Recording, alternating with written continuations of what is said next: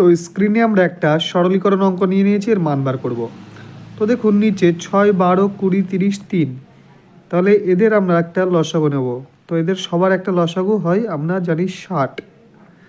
তাহলে 6 10 60 হলে উপরে হবে 10 1 10 প্লাস 5 12 60 হলে উপরে হবে 5 1 5 প্লাস 3 20 60 হলে উপরে হবে 3 প্লাস 30 দুগুণে 60 হলে উপরে হবে 2 মাইনাস 3 20 60 হলে উপরে হবে 20 কিন্তু মাইনাস দিয়ে। এবার আমাদের কাটাকুটি করতে হবে।